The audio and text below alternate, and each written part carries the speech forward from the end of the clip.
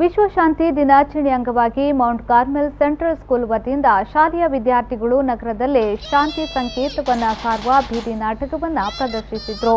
ಮಹಾತ್ಮ ಗಾಂಧೀಜಿಯವರು ಹುತಾತ್ಮರಾದ ದಿನವನ್ನು ಶಾಂತಿ ದಿನಾಚರಣೆಯಾಗಿ ಆಚರಿಸಿದ್ದು, ಶಾಂತಿಯ ಸಂದೇಶವನ್ನು ಸಾರುವ ನಿಟ್ಟಿನಲ್ಲಿ ಮೌಂಟ್ ಕಾರ್ಮೆಲ್ ಸೆಂಟ್ರಲ್ ಸ್ಕೂಲ್ನ ವಿದ್ಯಾರ್ಥಿಗಳು ಜನರಿಗೆ ವಿಭಿನ್ನ ರೀತಿಯ ಮೂಲ ಬೀದಿ ನಾಟಕವನ್ನು ನಗರದ ಎಲ್ಲೆಡೆ ಇಂದು ಪ್ರದರ್ಶಿಸುತ್ತಿದ್ದು, ಯಯ್ಯಾಡಿಯ ಪರಿಸರದಲ್ಲೂ ಪ್ರದರ್ಶಿಸಿದರು.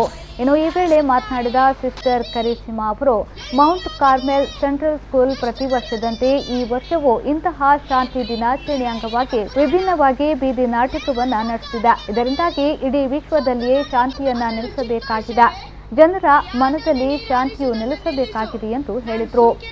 ಮುಖ್ಯವಾಗಿ ಶಾಂತಿಯು ನಮ್ಮ ಮನದಲ್ಲೂ ಹೃದಯದಲ್ಲೂ ನಮ್ಮ ಮನೆಯಲ್ಲೂ ಶಾಲೆಯಲ್ಲೂ ಸಮಾಜದಲ್ಲೂ ಇರಬೇಕೆಂದು ನಮ್ಮ ಆಸೆ, ನಮ್ಮ ಮಕ್ಕಳ ಆಸೆ.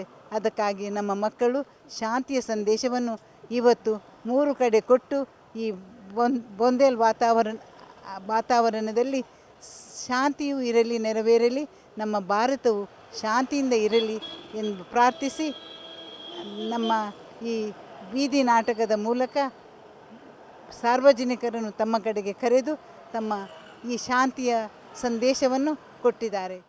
ಶಾಂತಿಯನ್ನ ಜಗತ್ತಿನೆಲ್ಲೆಡೆ ಸಾರುವ ನಿಟ್ಟಿನಲ್ಲಿ ಇಂತಹ ಕಾರ್ಯಕ್ರಮಗಳ ಮೂಲಕ ಶಾಂತಿಯ ಬಗ್ಗೆ ಜನರ ಮನವನ್ನ ಮುಟ್ಟಿಸುವ ಕಾರ್ಯಕ್ರಮವನ್ನು ಮೌಂಟ್ ಕಾರ್ಮೆಲ್ ಸೆಂಟ್ರಲ್ ಸ್ಕೂಲ್ ನಡೆಸುತ್ತಿದೆ.